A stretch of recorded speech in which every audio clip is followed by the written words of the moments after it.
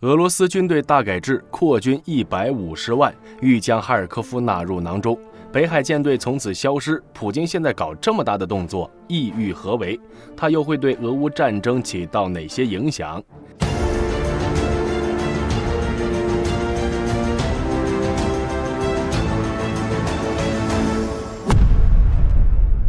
在2月17日举行的俄军扩员会议上，俄罗斯国防部长绍伊古声称，自12月以来，俄罗斯军队的现役人数已经达到了123万，而俄罗斯计划在2024年将现役人数增至150万。这其实不是什么新鲜事，在去年12月份，俄总统普京就透露过俄军即将大规模征兵的意愿。俄罗斯总统普京在国防会议上指示，俄武装部队应该吸取俄乌战争中的经验，军队应从小队开始配备无人机，所有军人都应获得可靠的通信和信息系统，后勤部门应该提供高质量的设备和医疗器械。在军队晋升方面，普京着重强调应该提拔具有战斗经验的军官和中士，军事登记系统和征兵办公室需要加强数字化的程度，并加强与地方政府的互动，来解决在部分动员期间发现的缺点。要知道，俄罗斯总人口才1.44亿，这次征兵之后，俄罗斯军队现役加上文职人员将达到220万，占据全国总人口的1.4%，比例是美国的4倍。毫无疑问，这会给俄罗斯巨大的人口压力，大量年轻劳动力涌入军队，势必会造成俄罗斯制造业面临劳动力稀缺的困境。但普京似乎毫不在意。以下是他在国防会议上的原话：我们对资金没有任何限制，国家和政府给予军队要求的一切，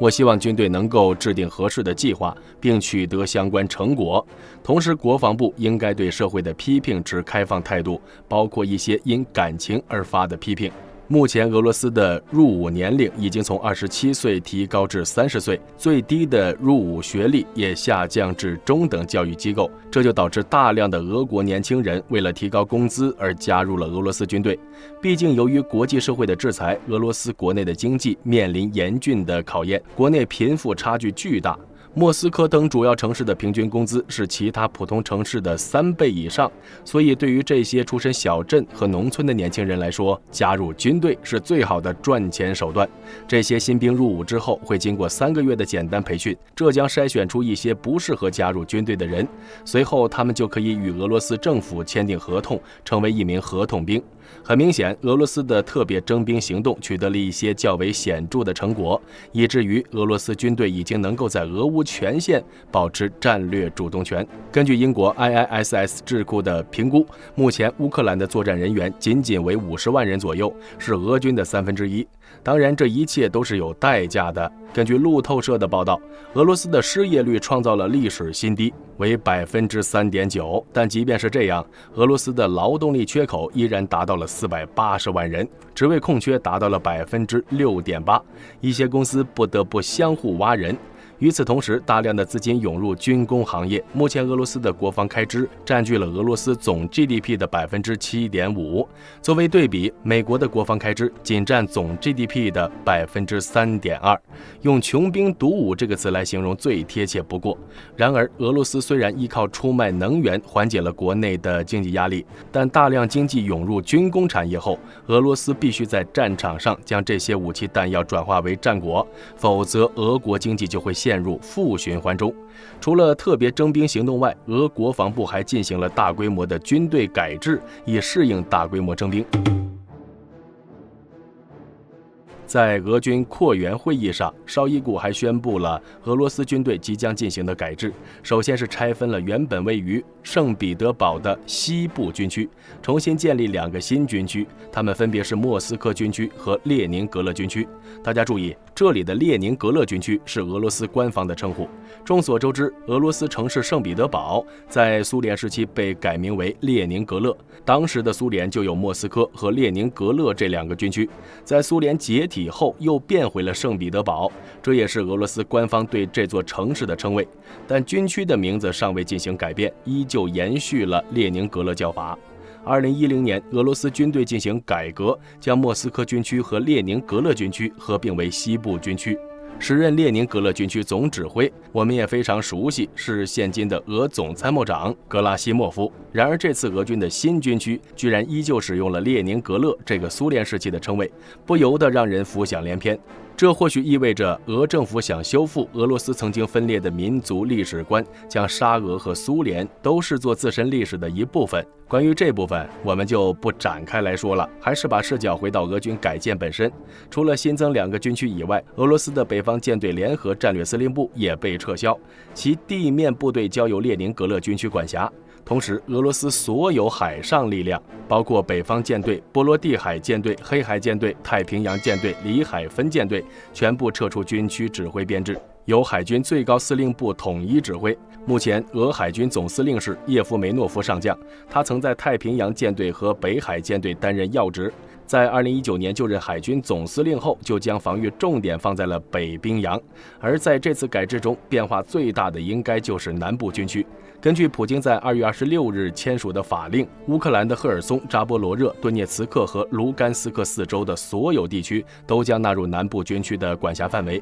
其中包括俄军尚未占领的乌克兰领土。毫无疑问，该法令的签署表示俄罗斯如今已将整个东乌视为囊中之物，妄图和乌克兰跨第聂伯河分而治之。目前南部军区的指挥官为亚历山大·德乌尔尼科夫，他也是俄罗斯在叙利亚行动的总指挥，人送外号叙利亚屠夫。根据战争研究所的消息，他将负责俄南部军区对占领区反抗势力的镇压。在军区划分完毕后，绍伊古还介绍了新的部队组建计划，具体计划如下：在赫尔松和扎波罗热地区，也就是南部军区，组建3个摩托化步兵师，抽调原西部军区、中部军区、东部军区的7个摩托化旅，改建为7个摩托化师。俄空降部队将组建2个新的空降突击师，而在沿海部队上，俄国防部计划在现有基础上组建5个海军陆战队师。而在空军方面，俄罗斯计划组建1个混合航空师和1个由80至100直升机组成的陆军航空旅。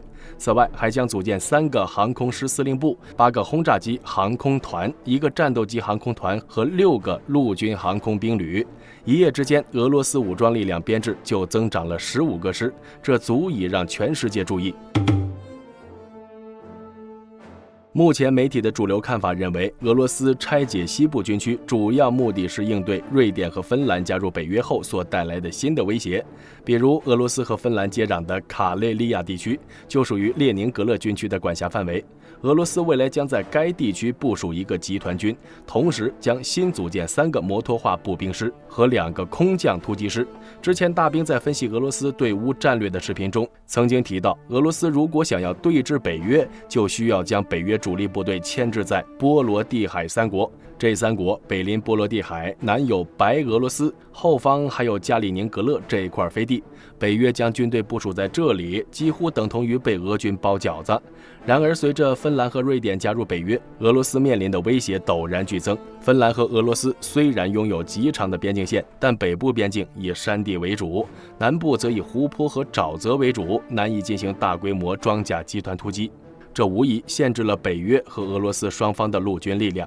然而，在空中和海上力量上，俄罗斯和北约之间存在着巨大的差距，所以俄罗斯不得不在这里部署重兵，以防北约利用空中力量进行纵深穿插。毕竟俄芬边境线距离圣彼得堡不过100多公里，如果与北约开战，芬兰将成为一把随时捅进俄罗斯后方的匕首。除了应对北约的威胁之外，军队改革反映了俄军高层战略思想的转变。在2021年，俄军进行大军改，模仿美军和北约的编制，将大型动员型军队改变为常备机动型军队，成立了大量的合成旅，并将部队人数缩减至100万人。然而，俄乌战争证明，俄罗斯落后的指挥系统不仅无法对这些精英部队做出合理的指挥，同时各种新出现的武器，例如无人机，也将这场战争转化为消耗战。莫斯科明白，仅靠原有的兵力不仅达成战略目的，还会把俄乌战争越拖越长，消耗俄罗斯的国力。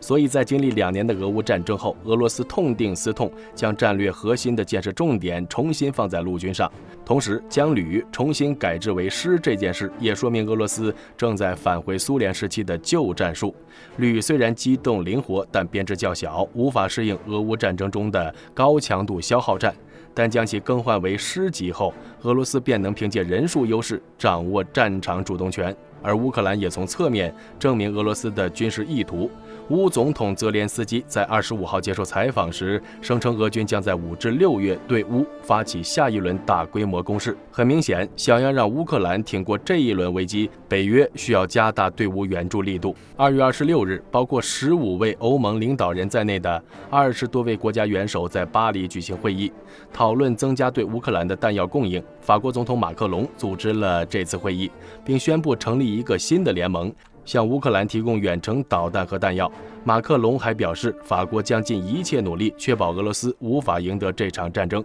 欧洲国家应为未来几年可能爆发的下一轮战争做好准备。爱沙尼亚总理卡亚卡拉斯表示，到2028年，爱沙尼亚将向乌克兰提供价值占爱沙尼亚 GDP 0.25%的长期军事援助，并呼吁乌克兰的其他支援者做出类似承诺。德国在同一天宣布了对乌克兰的新一揽子军事援助计划，包括14000枚155毫米炮弹、10架 Vector 侦察无人机、4台 Vicent-1扫雷机和其他设备。同时，负责援乌事务的弗洛伊德少将表示，德国正在全世界寻找用于援助乌克兰的炮弹。明镜周刊证实了该消息，并表示德国正在同中间人谈判，以图从印度获取炮弹。在如此之多的军援下，想必乌克兰如今面临的弹药缺口将得到缓解。但想要乌克兰扛过即将到来的俄军大规模攻势，北约需要继续加大力度对乌克兰进行援助。对此，大家有什么看法？欢迎发在评论区。本期视频到此结束，我是大兵，我们下期再见。